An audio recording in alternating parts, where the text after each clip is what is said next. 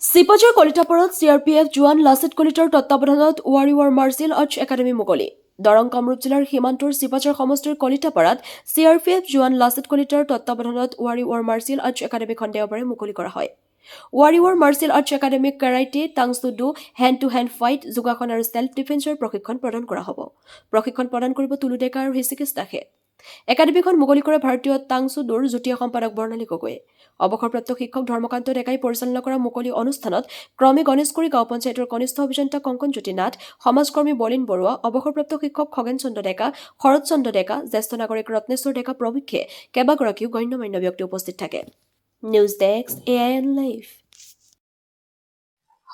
নতুন আৰম্ভণিৰ দিনাখন আজি নিজকে ইয়াতে উপস্থিত নিজে থাকিবলৈ পাই খুবেই ভাল লাগিছে। এটা দৰং ডিষ্ট্ৰিক্টত কলিতাপাৰা এই এটা ভিতৰুৱা অঞ্চলত ইমান সুন্দৰভাৱে এটা অনুষ্ঠান আৰম্ভণি কৰিছে।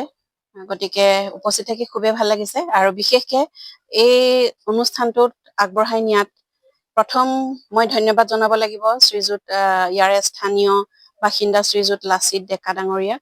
গতিকে তেখেতে নিজৰ কষ্টোপাৰ্জিত ধনেৰে নিজৰ মাটিত এটা ঘৰ সাজি তেওঁ যিটো আমাক এই ল'ৰা ছোৱালীখিনিক আগবঢ়াই নিবৰ কাৰণে চেষ্টা কৰিছে বা তেখেতৰ অৱদান, মই বিশেষভাৱে তেখেতক ধন্যবাদ জনাইছো।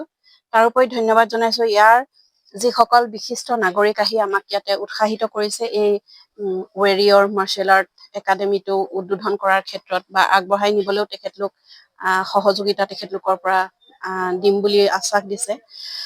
তেওঁলোককো ধন্যবাদ। তাৰোপৰি দুজন আমাৰ প্ৰশিক্ষক তুলু ডেকা আৰু হৃষিকেশ দাস, তেখেতলোককো ধন্যবাদ জ্ঞাপন কৰিছো। তেখেতলোকো অলপ দূৰৰ পৰা আহে যদিও যে ইমান এনেকুৱা এডোখৰ জেগাত আহি পেলাই বিশেষভাৱে তেওঁলোকে ল'ৰা ছোৱালীখিনিক শিক্ষাৰে শিক্ষিত কৰি বা তেওঁলোকক যি প্ৰেক্টিচ কৰাই পেলাই আগবঢ়াই নিম বুলি তেওঁলোকে মন ঠানিছে। গতিকে ভাল লাগিছে আৰু বিশেষভাৱে মই ষ্টুডেণ্টসকলক ধন্যবাদ জনাম।